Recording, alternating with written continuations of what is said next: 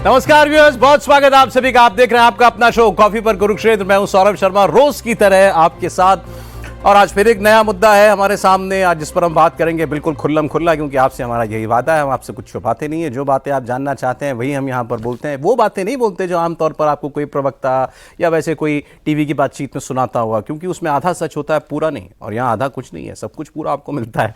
तो अब आज जरा बात करते हैं व्यूअर्स। पहले मेहमान से मिलवा दूं आपको, राशिद किदवई साहब, जाने माने पत्रकार, जाने माने जर्नलिस्ट, एक बार फिर हमारे प्रोग्राम में आए। पिछला आपका प्रोग्राम लोगों ने देखा सर, बहुत पसंद किया। एक शिकायत थी कि राशिद थोड़ा और खुल के बोलते, अगर आज आपने जो शिकायत की थी मैं वो दुरुस्त करवा दूंगा। बहुत स्वागत राशिद साहब। दीपक चौरसिया जी, रोज की तरह हमारे साथ, सर स्वागत आपका। और हमारे पॉलिटिकल एडिटर देवेंद्र पराशर, जिनसे आप जानते हैं अंदर की कहानियां, मतलब अंदरतम की कहानियां ये कह दूं मैं, जो कोई नहीं जानता वो ये बता देते हैं। अच्छा ठीक, तो आज हम क्या बात करेंगे कि ये चुनाव अब चौथे चरण की तरफ जा रहा है। 3 दिन के बाद चौथे फेज की पोलिंग होने जा रही है। आपके बीच में भी बातें होती होंगी, इतना ठंडा चुनाव नहीं देखा, वाकई इतना ठंडा चुनाव नहीं देखा, कोई बज़ ही नहीं है इस इलेक्शन में। अब या तो चुनाव ये लंबे होते हैं, देश का चुनाव बड़ा लंबा होता है, उस वजह से। एक और वजह है इसकी, मुद्दे नहीं है। पार्टियों को, नेताओं को मुद्दे खोद खोद के लाने पड़ रहे हैं। वरना पहले राउंड में क्या बातें होती थी, याद कीजिए, राम और काम, राम मंदिर, राम लहर और नरेंद्र मोदी का काम। वोट पड़ा, 4% डाउन हो गया वोट, कोई इंटरेस्ट ही नहीं लिया लोगों ने। उसके बाद फिर धीरे धीरे मुद्दे खोजने शुरू किए गए। तो फिर आया उसके बाद राहुल गांधी का मैनिफेस्टो, कांग्रेस का मैनिफेस्टो में ये लिखा है कि हम इकोनॉमिक सर्वे करेंगे, आपकी संपत्ति सब में समान तरीके से बांट देंगे। प्रधानमंत्री ने उठाया उसको, याद दिलाया 2006 का मनमोहन सिंह का बयान, मुसलमानों का पहला हक है देश की संपदा पर, उसको उससे जोड़ा और कहा कि आपका मंगलसूत्र तक ले लेंगे और उनके बीच में बांट देंगे जिनके ज्यादा बच्चे होते हैं। वोटिंग थोड़ी सी उठ गई। और उसके बाद एंट्री होती है इसमें सैम पित्रोदा जी की, सत्यनारायण गंगाराम पित्रोदा जी की। उन्होंने कहा इनहेरिटेंस टैक्स होना चाहिए, ये भी मुद्दा उठ गया। 2 चरण का चुनाव हो गया। तीसरे चरण में आते आते बात कहां पहुंच गई, बात आ गई वोट जिहाद की, वोट जिहाद।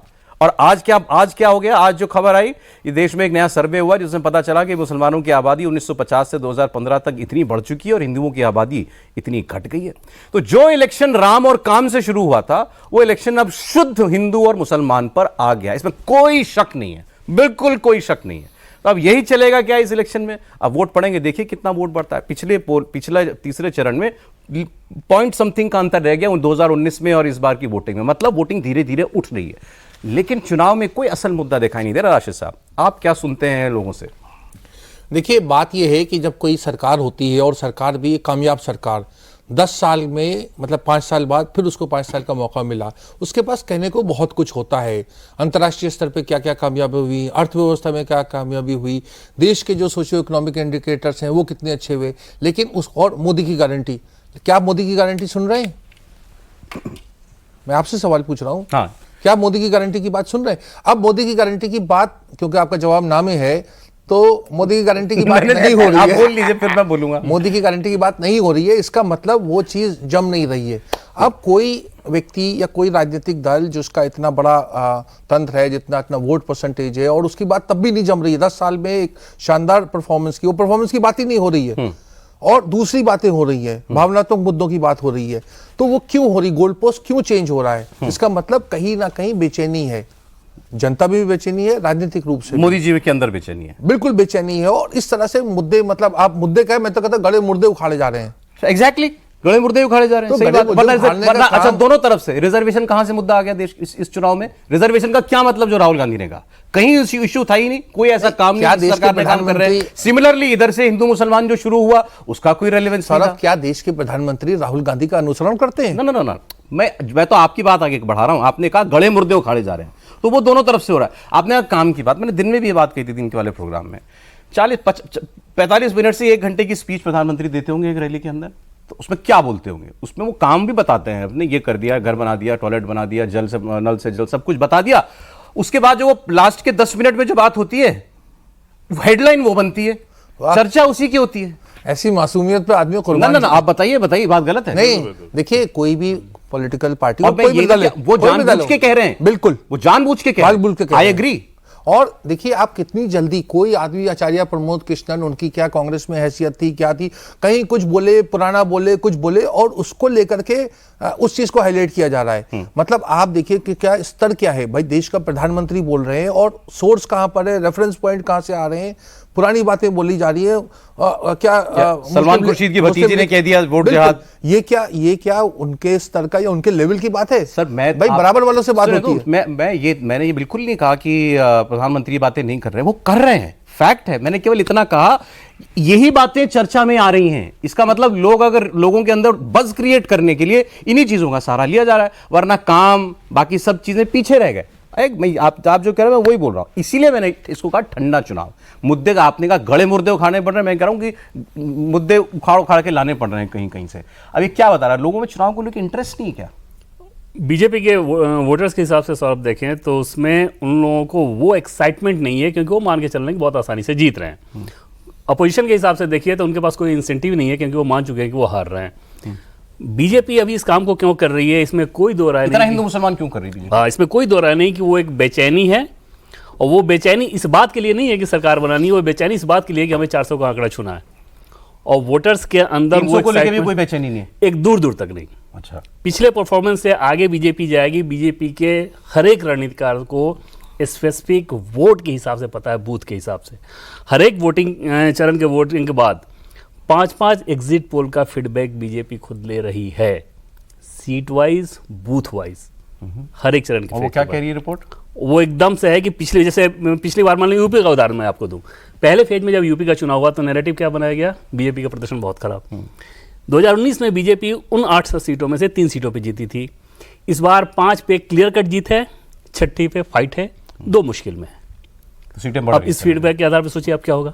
दूसरे फेज में 8 की 8 बीजेपी का फीडबैक, तो वहां पर बेचैनी इस बात को लेकर बिल्कुल नहीं है कि हाँ आपको नंबर्स 310 लाना है, 315 लाना है। ये बेचैनी जरूर है कि क्योंकि प्रधानमंत्री ने 370 बोल दिया बीजेपी के लिहाज से और इंडिया के लिहाज से 400, तो बीजेपी का प्रधानमंत्री के बोलने के बाद आप समझ सकते हैं कि हर एक वर्कर के ऊपर कैसी जिम्मेदारी रहती है। दूसरी चीज़ की, जैसे कि आपने कहा कि पीएम अपनी स्पीच में वाकई हर चीज़ बोलते हैं, मसाला वो देते हैं जो कि हम लोग जैसे उठाना चाहते हैं, वो जानबूझ के देते हैं वो। दूसरी चीज़ की जो उस चीज़ को जरूर जानना चाहिए कि जितनी स्कीम्स हैं सौरभ, जितने विस्तारक लगाए गए थे, उन विस्तारकों के ऊपर काम ही यही था कि गवर्नमेंट की जितनी स्कीम है, जो कैंप कर रहे हैं पिछले 1.5-2 साल से, वो एकदम नीचे तक पहुंचाएं। और जब राष्ट्रीय परिषद की बैठक हुई थी तो उस बैठक में एक विस्तारकों की बैठक हुई पीएम मोदी के साथ। पीएम ने पूछना शुरू किया विस्तारकों से कि आप किस एरिया में थे, उन्होंने बताया इस एरिया में। आपने उस एरिया में किस किस योजना का जिक्र किया, उन्होंने बोला कि केंद्र सरकार की योजना का स्पेसिफिक बताइए। उसके बाद उस विस्तारक ने जैसे मान लीजिए बताया कुछ ही योजना, प्रधानमंत्री बताते थे कि आपके एरिया में इस योजना के लाभार्थी ज्यादा है, पहले आपको इस पे काम करना चाहिए। अच्छा, तो वो इतना स्पेसिफिक ग्राउंड वो तैयार कर चुके हैं, बीच में फीडबैक चल सब कुछ ऑलरेडी पहले से चला रहा है। देखिए, तो देवेंद्र ने जो जानकारी दी वो ये कि बीजेपी को, जिसको सब बेचैनी कह रहे हैं, उन्होंने भी बेचैनी शब्द का इस्तेमाल किया, लेकिन बेचैनी है 370 को भाजपा पहुंचेगी कि नहीं पहुंचेगी, 300 भाजपा क्रॉस करेगी या पिछली बार 303 था 2019 में, उससे ऊपर जा रही है नहीं जा रही, इसको लेकर वो पूरी तरीके से निश्चिंत है। ठीक है, हो सकता है इस पर डिसएग्रीमेंट भी हो जाए हमारे बीच में, लेकिन उन्होंने बीजेपी का फीडबैक बताया। अब बीजेपी की सर 2 कोशिशें और हैं। अब जो थर्ड फेज तक आते आते बिल्कुल क्लियर हो गया। आज अमित शाह जी का स्टेटमेंट है बड़ा क्लियरली, और पहली बार मैंने उनके स्तर के नेता को ये बोलते हुए देखा कि ये चुनाव राहुल गांधी वर्सेस नरेंद्र मोदी है। ये उन्होंने खुलकर कहा। मतलब बीजेपी चाहती है कि लोग इसी तरीके से वोट करें, भाई एक तरफ राहुल गांधी है तो प्रधानमंत्री बनाना है, ये नरेंद्र मोदी है 10 साल का प्रधानमंत्री है, इसको बैठाना है, चुन लो। वो सीधी उन्होंने जो है एक कंपैरिजन जो है वो दे दिया। दूसरी कोशिश जो है, अब वो पता नहीं कितनी कामयाब हो रही है। कांग्रेस मुस्लिम पार्टी है, मुसलमानों की पार्टी है, हम हिंदू, अनअपोलोजेटिकली हम हिंदुओं की पार्टी है, चुन लो तुम्हें किसे चाहिए, मोदी और हिंदू पार्टी, राहुल गांधी और मुस्लिम पार्टी की है। सर ये बात सही? बिल्कुल है, और क्यों ना हो। देखिए सौरभ, मैं मानता हूं पिछले 10 साल में प्रधानमंत्री की डिलीवरी पर कोई प्रश्न चिन्ह नहीं है। राशन उन्होंने पहुंचाया, वैक्सीन उन्होंने पहुंचाई, नल से जल उन्होंने पहुंचाया, अपने टॉयलेट्स बने, घर बने, ये सबने देखा है। ये प्रत्यक्ष को प्रमाण की जरूरत नहीं होती, और गांव-गांव में इसके सबूत मौजूद हैं। लेकिन कोई भी पॉलिटिकल पार्टी, मैं नेशनल नहीं इंटरनेशनली बोल रहा हूं, चुनाव भावनात्मक मुद्दों पर जीतती है, काम के आधार पर नहीं। जॉर्ज बुश चुनाव दूसरा नहीं जीते होते अगर उन्होंने इराक वॉर नहीं की होती। बराक ओबामा दूसरा चुनाव नहीं जीते होते अगर उन्होंने ओसामा बिन लादेन को पाकिस्तान के एबटाबाद में नहीं मारा होता। ये फैक्ट्स हैं, ये उदाहरण है। आके ना बताया और फिर टीवी पर आके ना बताया होता, उसका पूरा टेलीवाइज प्रसारण ना हुआ होता। तो इंटरनेशनल चुनाव ये इंडिकेट करते हैं, और भारत के चुनाव भी भावनात्मक मुद्दों पर जीते जाते हैं। 2014 में एक उम्मीद, एक नया नेता नरेंद्र मोदी उभरता हुआ, और 10 साल का डॉक्टर मनमोहन सिंह का शासन। दूसरा 2019 में पुलवामा का अटैक और भारत की सर्जिकल स्ट्राइक, वो भी एक बहुत भावनात्मक मुद्दा था। और तीसरा अब ये कोशिश है, क्योंकि राहुल, उनको पता है जब जहां नरेंद्र मोदी और प्रधानमंत्री राहुल गांधी जी का कंपैरिजन होगा तो वहां पर एक बहुत बड़ा अंतर लोगों को साफ दिखाई देगा। मैं यहां पे भी कह रहा हूं कि प्रत्यक्ष को प्रमाण की जरूरत नहीं है, तो भारतीय जनता पार्टी ये सब करेगी। हाँ, वो चाहती है कि वो हिंदुवादी पार्टी बने, तब 80% वोट उसके हैं। हालांकि कांग्रेस के पास भी हिंदुओं के वोट हैं। ये मत सोचिए कांग्रेस के पास नहीं है। Economic advisory council to prime minister का जो डेटा आया है नया सर्वे का, कि हिंदू आबादी इतनी घट गई, 84 से 78% आ गई, मुसलमानों की आबादी 8% से 14% पहुंच गई। इसकी टाइमिंग पर कुछ कहना है आपको? टाइमिंग तो इसीलिए है ना कि चुनाव पर ये इशू डिस्कस हो, और आने वाले जो चुनाव है हिंदी हार्टलैंड के चुनाव है, शार्प पोलराइजेशन होता है इन तमाम। तो फिर उन्होंने पूछा था इतनी बेचैनी किस बात की है भाई? अब ये भी कह रहे हैं 300 में कोई संकट ही नहीं है।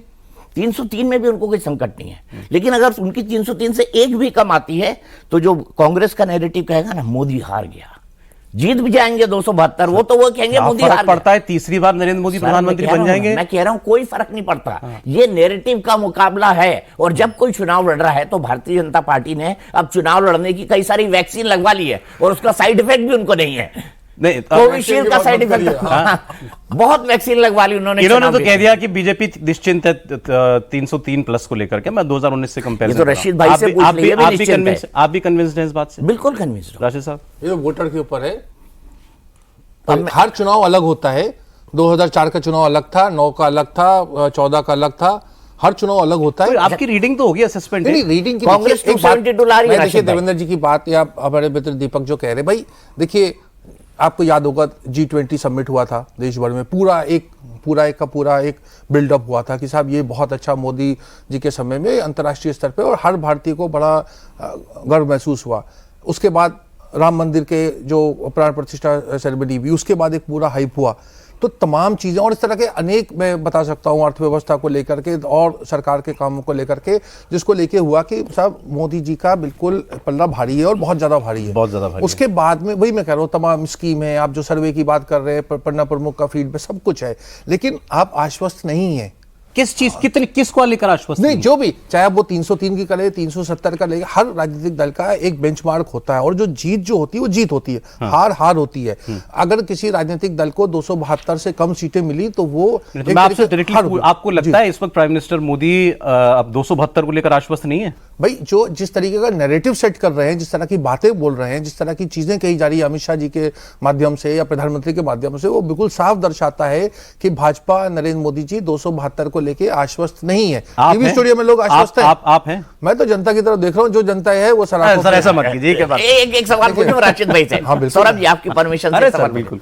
राशिद भाई मुझे बताइए, क्या कांग्रेस के 272 आ रहे हैं? बिल्कुल नहीं, बिल्कुल नहीं। और ये आपने बड़ा अच्छा क्या इंडिया के 272 आ रहे हैं, ये भी बता दीजिए। वो भी बहुत मुश्किल है, लेकिन मैं आपको नहीं, देखिए हमारे यहाँ देश में 3 तरह की राजनीतिक दल हैं। एक तो जो एनडीए है, एक जो इंडिया अलायंस बना है, और एक जो है जो इंडिया और अलायंस और एनडीए दोनों से अलग है, वो इंडिया का हिस्सा बन सकता है। तो इस तरीके से बिल्कुल 272 वाला मामला बिल्कुल पूर्ण रूप से सेटल नहीं है। तो क्या आप कह रहे हो बीजेपी 200-250 वाले मामले में भी आ सकती है? मेजर नहीं, देखिए ये आकलन मैंने जब उत्तर प्रदेश का 2017 का चुनाव हुआ था, उसके बाद से मुझे लगता है कि किसी भी राजनीतिक विश्लेषक के लिए इस तरह का कयास लगाना ठीक नहीं है। क्योंकि 2017 का चुनाव अगर आपको ध्यान होगा, उत्तर प्रदेश में बड़ा दमखम से लड़ा गया था, और लोगों को लग रहा था, जो पहले चरण की बात आपको याद होगी कि पहले चरण में कहा गया था कि भाजपा को नुकसान हुआ, और उसके बाद जो मुझे याद है 7 चरणों का चुनाव हुआ था, 7 चरण में भाजपा ने एक ही हिसाब से बढ़त बनाई थी।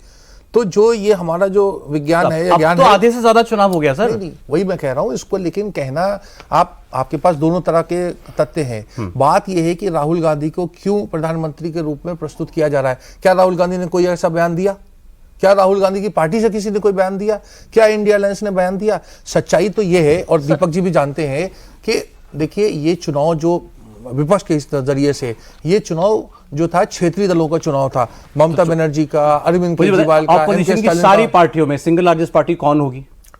नहीं, सिंगल लार्जेस्ट कौन होगी वैसे पूछ रहा हूं। देखिए, एक कुछ शक ही नहीं है कांग्रेस होगी। नहीं, ये वही पर मैं आपको बात कर रहा हूं। मैं आपसे सौहार्दपूर्ण ढंग से आपसे मैं आपके मेरे विचार अलग है। देखिए 272 जो है एक बहुमत का एक मार्क होता है एक राजनीतिक दल को, कांग्रेस हो या कोई दल हो, से 272 लाने चाहिए। अगर वो दल 272 नहीं ला रहा तो कम से कम उसका अगर गठबंधन का है तो आधा तो लाए। आधा 272 का हुआ 136 138 सीटें। क्या कांग्रेस इस समय 136 138 सीट लाने की स्थिति में है? नहीं है। तो इसलिए राहुल गांधी को भी पता है, फर्स्ट डिजर्व देन डिजायर, मतलब आप पहले उस पद के लिए आप उस काबिल बने, लायक बने, तब आपको वो पद मिलेगा। सर वो तो कह रहे हैं कि वो ये कह रहे हैं कि मोदी जी तीसरे को 300 सीट नहीं आ रही है, मोदी को 272 नहीं आ रही है। तो इसका मतलब अल्टरनेटिव सरकार बनेगी, गठबंधन सरकार बनेगी। अब उसमें ये कि नितिन गडकरी बनेंगे या ममता बनर्जी बनेंगे या कोई और बनेगा। गठबंधन की भी बनेगी तो बनेगी भाजपा की। नहीं, इस तरह की चीजें हुई है भारतीय राजनीति में। कोई इस तरह की हुई, देश का गृह मंत्री छोड़ के प्रधानमंत्री बन गया। एक्सपेक्ट नहीं कर रही है तो मतलब सरकार तो भाजपा कांग्रेस की 140 136 भी नहीं। आप इतिहास में देखिए, जनता पार्टी की सरकार थी, उसके बाद प्रधानमंत्री कौन बना? चरण सिंह कौन थे? उस सरकार के गृह मंत्री थे। अगली सरकार बनी 1980, नहीं अब मैं आपको तथ्यात्मक बता रहा हूं, 1989 में सरकार किसकी बनी? विश्वनाथ प्रताप सिंह की। वो कौन थे? देश के कांग्रेस के वित्त मंत्री और रक्षा मंत्री थे। तो हमेशा एक तरह का ये ट्रेंड भी रहा है कि जब दूसरी सरकार बनी तो उसके एक बड़ी सरकार के बाद में जो खिचड़ी हमने यहां से शुरू किया था कि राहुल गांधी बनाम मोदी की लड़ाई है, ये अमित शाह ने कहा। आपने कहा कि क्यों राहुल गांधी ने तो ऐसा कुछ कहा नहीं। बिल्कुल, हम तो मान रहे ना, बीजेपी चाहती है ये करना, बीजेपी चाहती है कि ये कंपैरिजन हो, तो ठीक है। उनको लगता है कि इस सीधे कंपैरिजन में हमको फायदा है, राहुल गांधी नहीं टिकते मोदी के सामने। कितना फायदा जब आश्वस्त है 350 370 सीट लाने के लिए, जब नहीं है ना, 370 के आश्वस्त नहीं है ना, वो कह रहे हैं 370 के लिए सब किया जा रहा है। नहीं 370 के लिए किया जा रहा है, लेकिन 300 से ऊपर तो है। राहुल गांधी को चुनाव में लाना, एक आप अगर राजनीतिक मतलब आप फिर उसका विश्लेषण करें तो आपको नजर आएगा कि कहीं ना कहीं कुछ कमी है, कुछ डर है, कुछ संदेह है, इसीलिए सारी की सारी बात हो रही है। दूसरा एस्पेक्ट है कि कांग्रेस पार्टी इतनी डरी हुई है कि राहुल गांधी जो उनके सबसे बड़े नेता है, सुनिए तो सारे संसाधन आपको राहुल गांधी का खुद 20 साल में डिजर्व भी नहीं कर रहे हैं, 20 साल में डिजर्व भी नहीं कर रहे राहुल जी प्रधानमंत्री बने। लेकिन सारा संसाधन राहुल गांधी के लिए खर्च किया जा रहा है, राहुल गांधी के लिए सारा संसाधन खर्च किया जा रहा है, सारी रैलियां उनके लिए केंद्रित हो रही सबसे ज्यादा। और अगर आपको इस कंपेयर से भी डर रहा है आपको, मतलब कांग्रेस पार्टी को, तो वो जो डर है ना, वो चुनाव का नतीजा बता दे रहा है कि आपको इस कंपैरिजन से डर हो रहा है, जिसके पीछे पार्टी पूरा संसाधन कि जब राहुल गांधी को खुश होना चाहिए था कि मुझे प्राइम मिनिस्टर कैंडिडेट डिक्लेयर कर दिया। आप इस विषय को गंभीरता से लें। जब भी कोई गठबंधन की सरकार बनती है, गठबंधन में उसका उस दल का कि क्या स्थिति है, इसीलिए मैं कह रहा हूं आज अगर कांग्रेस के लिए देखिए अभी एक चैलेंज है कि 75 पार, दूसरा पड़ाव उनका है 100 पार, ये स्थितियां हैं। फिर भी आप गठबंधन की सरकार बनवा रहे हैं कांग्रेस की। बिल्कुल 75 नहीं पार हो रही है, फिर भी गठबंधन की सरकार बन रही है। ये क्या लॉजिक है? देश का गणित ऐसा कहता है करीब 150 सीटें ऐसी है जहां पर इंडिया अलायंस का, नॉन कांग्रेस इंडिया अलायंस का प्रदर्शन अच्छा हो सकता है। सर मुझे अच्छा ठीक, आप मुझे अपने उससे बता दीजिए, अनुभव से ना, आप कांग्रेस को मैक्सिमम आप कहां तक पहुंचता देखते हैं? मुझे लगता है कि कांग्रेस के लिए बहुत बड़ा एक उपलब्धि होगी अगर कांग्रेस 100 पार हो जाएगी। आज की स्थिति में 75 पार के आसपास नजर आ रही है, तो मतलब 54 से 75 पहुंच रही है। जी हाँ, 75 पहुंच रही है। और ये सी वोटर वगैरह कई लोगों ने, let's take it from here, Congress अगर 75 पहुंच रही है आपने कहा, तो इंडिया अलायंस के बाकी लोगों की भी जोड़ लेते हैं, गिन लेते हैं ना। ममता बनर्जी कितनी सीटें, हमने जितने लोगों से बात की है यहां पर, और उन लोगों से भी जो कांग्रेस के लिए सर्वे करते हैं, उन्होंने कहा एक सीट भले ज्यादा है, बीजेपी की सीट ज्यादा आएगी ममता से। इसी शो में बोल के गए। ये नहीं हो सकता है, मैं तो मोटे तौर पे कह रहा हूं कांग्रेस की 75 और 150 इंडिया अलायंस की, तो टोटल मिला के 225 हो जाती है। कहां से आएंगे इंडिया अलायंस के? सर बताया ना, तमिलनाडु में देखिए सारी की सारी सीटें आ रही है, सारी जा रही है, सारी जाएंगी, आप देखिएगा।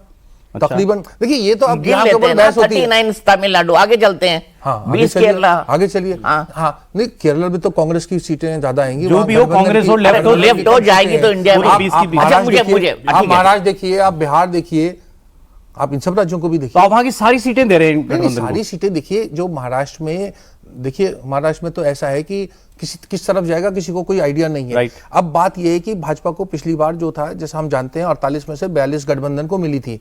आज अगर वहां 20-20 पे मामला खत्म होता है, 24-24 के ऊपर, तो एक ये बहुत 24 एक बड़ा नंबर है, और वो 24 पूरा कांग्रेस के लिए नहीं जाएगा। उसमें उद्धव ठाकरे की सीटें होंगी, उसमें शरद पवार के गुट की सीटें होंगी। बिहार को देखें, 40 मान लीजिए, पुडुचेरी में लाकर तमिलनाडु 40 20 केरला 60, ममता बनर्जी और भाई 42 सीटें हैं, मान लेते हैं हम, चलिए बराबर बराबर पर ठहरी बात, 20-20 मान लीजिए, 20 वहां से कितनी हो गई सर? 60 + 20 80 सीट्स होगी इंडिया गठबंधन की। महाराष्ट्र में ही 20 मान लीजिए, मैं तो 20 कह रहा हूं, जबकि बीजेपी कह रही है हमारी 40 सीटें होगी। 13 पंजाब में है, 100 हो गई। 13 पंजाब में 13 दे दोगे आप? नहीं वहां भी ठीक है, आम आदमी करने वाले चलिए तो ठीक है। 10 मान लीजिए, 10 मान लीजिए, और 20-25 सीटें उत्तर प्रदेश में आ सकती हैं। 110, 20-25, 34 सीटें ऐसी हैं उत्तर प्रदेश में, मैं आपको संख्या के आधार पर बता रहा हूं। 34 सीटें ऐसी हैं जहां 40% से ज्यादा वोट कांग्रेस और समाजवादी पार्टी का है। ये तो स्ट्रेटेजिकली 25 सीट आप यूपी में दे रहे हो, 110 और 25, 135 संभव है। 150 पहुंचा दिया सर। हाँ ठीक है, तो 272 तक तो आई और है ना। 150 इंडिया गठबंधन का हो गया, 75 कह रहे हैं कांग्रेस और उसके बाद फिर वाईएसआर कांग्रेस जाएगी। 250 सीट नहीं सर, अभी भी 250 पहुंचा, 250 है। अच्छा, उसके बाद आप ये देखिए, आप उधर चलिए, जो 21 सीटें उसमें है, उड़ीसा में है, उसमें वो सीटें कितनी मिल रही हैं? उड़ीसा से इंडिया अलायंस में कौन जाएगा सर? तो बीजू जनता दल ना, भी बीजू नहीं है। जनता दल जाएगा, इसलिए मैंने कांग्रेस को कितनी सीटें आ रही है वहां 21 में से? मेरी बात पूरी, मैंने कहा था 3 धड़े हैं, एक इंडिया अलायंस है, एक एनडीए अलायंस है, और एक सर ये भी तो कुछ करेंगे, ये मोदी जी और अमित शाह भी तो जी भी तो कुछ करेंगे, ऐसा थोड़ी है। रिटायर कर दिया, चुनाव के बाद रशियन भाई ने उनको रिटायर कर दिया कि नहीं वो राजनीति आप नहीं सब करेंगे। मेरे मुंह में मत डालिए। मेरा मानना यह है कि सरकार तो नरेंद्र मोदी की बनेगी। अगर 250 सीटें भी आती हैं तो बीजू जनता दल, वाईएसआर कांग्रेस, इस तरह के, अगर बहन जी की बीएसपी की कुछ सीटें आती हैं, वो तमाम लोग उस तरफ जाएंगे। और बीआरएस भी आ जाएगी, आ सकती है, अगर 1-2 सीटें उनको मिली तो इस तरह अब तो मुझे बता दीजिए सरकार किसकी बन रही है सर? नहीं, ये तो सारा देखिए अनुमान। और आपने मुझसे एक प्रश्न पूछा था, उसका प्रश्न का मैंने उसकी व्याख्या की कि इस तरीके से होगा। तो जितनी सीटें, देखिए मैंने आपसे पिछली बार भी कहा था। अच्छा चलिए ठीक है सर, मेरा काम था जितना मैं उगलवा सकूं, सिंपल है ना, मैं तो उनके लिए काम कर रहा हूं। तो ये जो है गड़बड़ वाला सरकार है या किसी एक को क्लियर मेजोरिटी आ रही है? देखिए, ऐसा इम्कान है, और 50% से ज्यादा ये है कि किसी को पूर्ण बहुमत ना मिले। 50% ज्यादा प्रोबेबिलिटी इस बात की है कि किसी को बहुमत नहीं मिले जी। अच्छा, तो भाजपा सिंगल लार्जेस्ट पार्टी होगी और एनडीए आराम से सरकार बना लेगी, लेकिन एक राजनीतिक दल को बहुमत नहीं मिलेगा। प्रधानमंत्री मोदी बनेंगे? प्रधानमंत्री वो ऐसा, उनके पास कोई दूसरी, मुझे लगता है, चॉइस नहीं है। वो अटल जी की तरह नहीं है कि वो कह दें कि नहीं। अब उन्होंने क्लियर बात कही ना, सिंपल मेजोरिटी नहीं होगी, 272 नहीं होगा, गठबंधन की सरकार चलेगी, लेकिन होगी बीजेपी एनडीए की सरकार लेड बाय मोदी। अब बोलिए आप। ये दूर दूर तक नहीं होगा सर अब। और जैसे जो हुआ ना कि आशीष जी कह रहे थे कि क्यों इतनी आग दिख रही है, इतना वो आग प्रधानमंत्री नरेंद्र मोदी और अमित शाह के दौर को अगर आप जानते हैं, तो अगर उनको 500 सीटें भी आएंगी ना, तो 500 से 500 आगे बढ़ने के लिए वो वही आग आपको नजर आएगी। वो इतना स्पेस भी नहीं देते, और किसी लेवल पे नहीं देते, चाहे पंचायत का चुनाव हो, विधानसभा का चुनाव हो, लोकसभा का चुनाव, किसी लेवल पे नहीं। और जैसा कि पीएम बार-बार इस बात को कहते भी हैं कि जब सरकार चलाइए तो शासन चलाइए सरकार के हिसाब से, जब पॉलिटिक्स हिमाचल में क्या हुआ? हिमाचल में प्रधानमंत्री का क्या बयान था? हिमाचल में प्रधानमंत्री का बयान था कि आप प्रत्याशी को मत दिखिए, आप मुझे वोट दीजिए। इस बार भी, और जनता ने नहीं दिया। वही है कि मुझे देखिए, मेरे निशान को देखिए, लेकिन जनता ने नहीं दिया। हो सकता है ना ऐसा। लेकिन दूसरी चीज सौरभ की जो आपने शुरू में पकड़ लिया था, बिहार के चुनाव हुआ कि पीएम क्यों बोल रहे हैं, जो आपने कहा ना कि संविधान संशोधन हो जाएगा, आरक्षण खत्म हो जाएगा, उस तरह का फेक इमोशनल नैरेटिव चलाइएगा और इधर से काउंटर भी ना हो। 2015 का विधानसभा, राहुल गांधी ने की शुरुआत वहां से हुई है और उसका काउंटर करना ही होगा। 2015 का विधानसभा बीजेपी क्यों हारी थी? नरेंद्र मोदी की पॉपुलैरिटी चरम पे थी। बिहार, और 2014 के बाद 2015 का विधानसभा चुनाव पूरे बिहार में फैला दिया गया कि हाँ रिजर्वेशन खत्म किया जा रहा है। कौन सा रिजर्वेशन खत्म हो गया? तो लगातार जब आप झूठ बोलेंगे तो इसका जवाब ये कह सकता हूं कि राजनीति में जो प्रैक्टिकल साइड है, और हम सब ने यहाँ अच्छे तरीके से देखा है, वहां ताली एक हाथ से नहीं बजती है। तो अगर आप कह रहे हैं कि कांग्रेस झूठ बोल रही है, तो उसमें तमाम राजनीतिक दल जो हैं दोषी हैं। जैसे काले धन की तरह है, काले धन का इस्तेमाल तमाम राजनीतिक दल करते हैं। अब ये कहना कि केवल विपक्ष करता है, आपको बताओ 5 राज्यों में चुनाव होगा। नहीं एक्चुअली क्या होता, उन्होंने शुरुआत में क्योंकि ये कहा भी था, अब उन्होंने, ठीक है कांग्रेस ने भी झूठ बोला, सब मान रहे हैं झूठ बोला, आरक्षण वाली बात कहीं से दूर दूर तक नहीं थी, संविधान बदल देंगे और आरक्षण खत्म कर देंगे, स्थिति सब पैदा करना चाहते हैं। ठीक, लेकिन इधर से जवाब दिया गया। अब ये पॉइंट है उनका कि प्राइम मिनिस्टर को नहीं बोलना चाहिए। क्यों? पॉलिटिक्स चुनाव कर रहे हैं, प्राइम मिनिस्टर कौन है? चुनाव में अगर जा रहे हैं, बीजेपी के नेता हैं, क्यों नहीं बोलना चाहिए पॉलिटिकल बात? और प्राइम मिनिस्टर नहीं बोलेंगे तो कौन बोलेगा? प्राइम मिनिस्टर को तो बिल्कुल नहीं बोलना चाहिए। सबसे ज्यादा रैलियां की हो रही है, सबसे ज्यादा रोड शो हो रहा है, सबसे ज्यादा कार्यक्रम हो रहा है, उन्हीं को नहीं बोलना चाहिए। जिसको सबसे ज्यादा बोलना आता है वो ना बोले, ये कैसे हो सकता है भाई? अभी उन्होंने एक बार बात की, मोदी की गारंटी से हो जाता काम। खूब दबा के उन्होंने बोला, हर जगह बोला, हर लेवल पे बोला गया। जैसा कि पहले मैंने आपको बताया कि मोदी की गारंटी तो सबसे बड़ी ताकत है उन लोगों की, जो ये सिर्फ करंट लाने के लिए किया जाता है। ये जो इशू है ना विचारधारा देखिए, वाला, मैं आपको वो बताऊं। करंट लाने के लिए देखिए, है। अदरवाइज ये करंट की ताकत के बात है। आधार पे देखिए, स्किल्स जो के आधार कांग्रेस पे के बारे में जीती है। कह रहा है, कहा जा रहा है बार बार कि कांग्रेस जो है वो प्रो मुस्लिम पार्टी है या मुसलमानों का अच्छा, वो हाँ, पार्टी इसमें तो हम आए नहीं अभी भी। नहीं, मैं आपको बता रहा हूँ उसका क्या है। कांग्रेस एक ऐसा राजनीतिक दल है 1948 में, जनवरी 1948 में जो आचार्य कृपलानी कांग्रेस अध्यक्ष थे, नेहरू प्रधानमंत्री थे, आचार्य कृपलानी गए पाकिस्तान गए, कराची उस समय कैपिटल था, राजधानी थी, और वहां जाके उन्होंने बयान दिया कांग्रेस अध्यक्ष ने कि वहां जो पाकिस्तान में और जमाने में बड़ी संख्या में हिंदू पॉपुलेशन वहां पर थी, और कहा कि अगर उनका कोई बाल बांका हुआ तो उसके लिए आप लोग जिम्मेदार होंगे, और हम ये हमारी जिम्मेदारी है, मतलब कांग्रेस पार्टी की, कि उनके हित की रक्षा करें। ये 1948 का एक रिकॉर्डेड स्टेटमेंट है कांग्रेस प्रेसिडेंट का। पंजाब की पूरी एक लंबी, पंजाब में जो अलगाववाद की बात चली, उसमें झगड़ा किस बात का था? पंजाबी सूबे की बात थी। इंदिरा गांधी ने अंतिम समय तक उस बात पे कोई कंप्रोमाइज नहीं किया। हुकुम सिंह कमीशन की रिपोर्ट थी, बहुत सारी चीजें थी, तमाम चीजें। उसके बाद 1999 में जनवरी 1999 में कांग्रेस कार्य समिति ने, जो सोनिया गांधी अध्यक्षा थी, एक रेजोल्यूशन पास किया, और रेजोल्यूशन की एक लाइन मैं आपको सिर्फ सुना देता हूं। वो लाइन ये थी कि Hinduism is a sole guarantor of secularism in India. अगर मैं आपसे ये नहीं कहता कि कांग्रेस का वर्किंग कमेटी का रेजोल्यूशन है, तो आप ये समझते कि शायद ये भाजपा का या किसी और राजनीतिक दल का ये कथन है।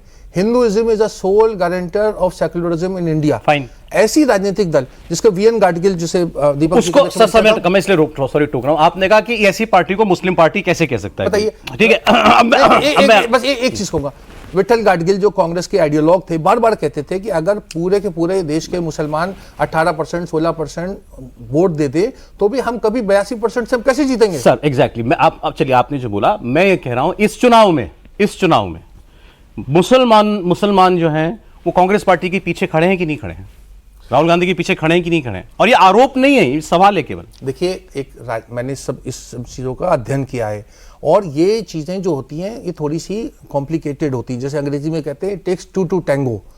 एक किसी राजनीतिक दल का किसी समुदाय विशेष के साथ में किस तरह का संबंध है, ये इसमें बहुत, इसकी हम एक तरीके से ये नहीं कह सकते, क्योंकि कांग्रेस को मुसलमानों ने बहुत ज्यादा, मतलब उसके खिलाफ वोट दिया। 1977 में कांग्रेस क्यों हारी? इस इलेक्शन में क्या हो रहा है सर? नहीं, इस इलेक्शन में देखिए जगह जगह को उसके ऊपर निर्भर करता, परिस्थितियों के ऊपर। हम अगर जाते हैं, बंगाल जाते हैं, तो कांग्रेस को कोई वोट नहीं नजर आता, वहां ममता बनर्जी, लेकिन ममता बनर्जी जी को 50% बहुसंख्यक वोट भी मिलता है। आज जो समाजवादी पार्टी के साथ समस्या ये है कि वो अल्पसंख्यक का वोट मिल रहा है, बहुसंख्यक का वोट कम मिल रहा है। अगर वो अनुपात बराबर हो जाए, जो अभी हमने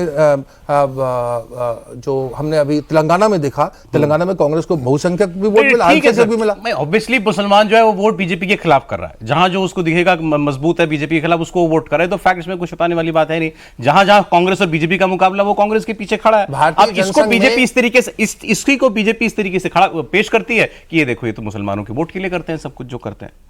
भारतीय जनसंघ का इतिहास है, वहां एक मुसलमानों का एक तबका भारतीय जनसंघ के साथ रहा, और कई उनके लीडर बने जो राष्ट्रीय स्तर तक भी पहुंचे। और दिल्ली गढ़ था भारतीय जनसंघ का, और वहां के ऊपर मुसलमान उनका समर्थन करते थे, अनेक नेता थे। कांग्रेस क्या मुसलमानों की पार्टी है? देखिए, अभी कहा कि Hinduism is the sole guarantor of secularism, ये कहा, ये कांग्रेस ने कहा 1919 में। उसके बाद राहुल गांधी ने क्या कहा?